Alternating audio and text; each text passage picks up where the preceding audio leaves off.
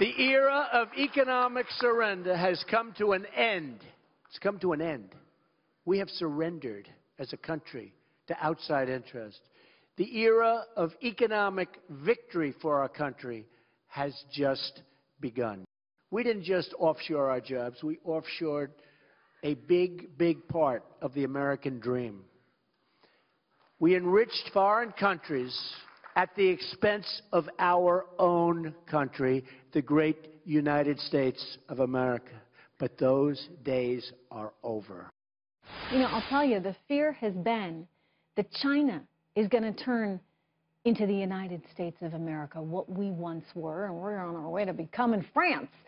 So how does that change? What do we need to do, and what is Donald Trump going to be talking to Xi Jinping about? I'm joined by Peter Kiernan, author of, as I said it before, Becoming China's You-Know-What, along with Heritage Foundation Senior Fellow Peter Brookes. Good to have both you guys here. You know, Mr. Kiernan, because we got two Peters here today. I'll start with you. Right. You know, we talked a little bit about the North Korea issue. Let me talk about trade, because, you know, Americans are really feeling it. It used to be you could graduate from high school, get a really good job at the local factory, be able to take care of your family with that. Those days are gone, and people are blaming countries like China. Can we change that? Do those days ever come back? Is it China's fault? Well, the answer is probably yes to all three questions, but I would say this. In 1994, we basically began ceding ground to China, and they began creating millions of manufacturing jobs, precisely the type you're describing. The trouble is it's very hard to bring those back, particularly lower down the value curve. And so we're going to have more manufacturing here for sure. We're still the #2 manufacturer in the world. But this notion that manufacturing output is going to create the same level of manufacturing jobs is a false one. I'll give you an example. We produce more steel today than we did in 1984, probably 10% more. But we do it with only 25% of the employees because there's so much technology and productivity that's been brought in. So we have to take... In other words, you're telling me that ship has sailed. You know, technological advances are making it such that workers are increasingly getting displaced. And so it's not necessarily just China that's to blame here, but just evolution as we know it? Well, China has figured out the #1 rule of development economics, which is you can't survive forever by being the low-cost manufacturer.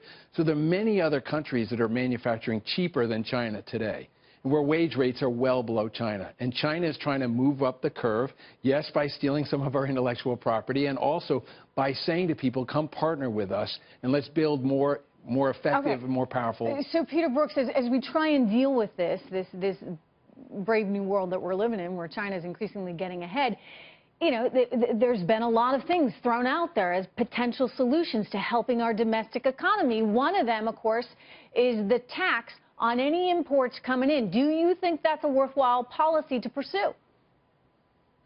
Well, you're going to have to take a look at it because China will resist that, of course.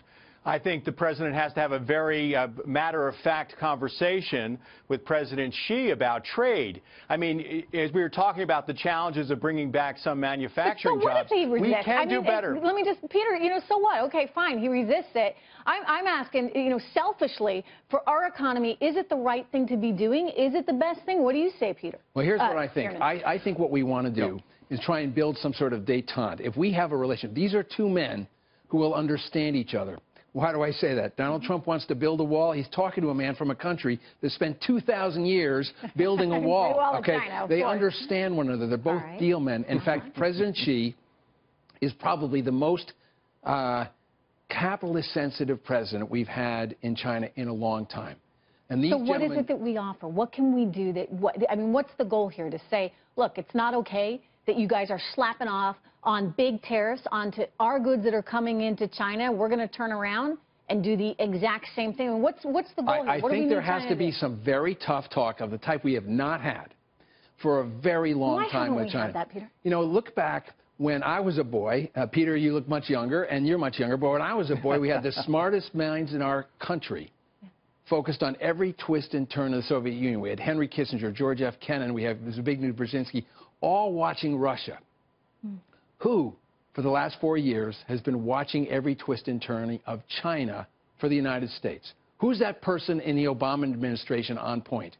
You can't name that person. We haven't been paying any attention to China. China's been able to operate basically outside our field of vision. And they are planning and plotting and strategizing how to top us economically. Yeah, so we got to get serious. We have to get serious, and I think one of the things that could happen this weekend is these two gentlemen have the capacity to start really talking tough trade negotiations. All right, so you're hopeful. I'm hopeful, too. Peter Brookes, good to see you. Thank you so much, Peter Kiernan. All right, breaking.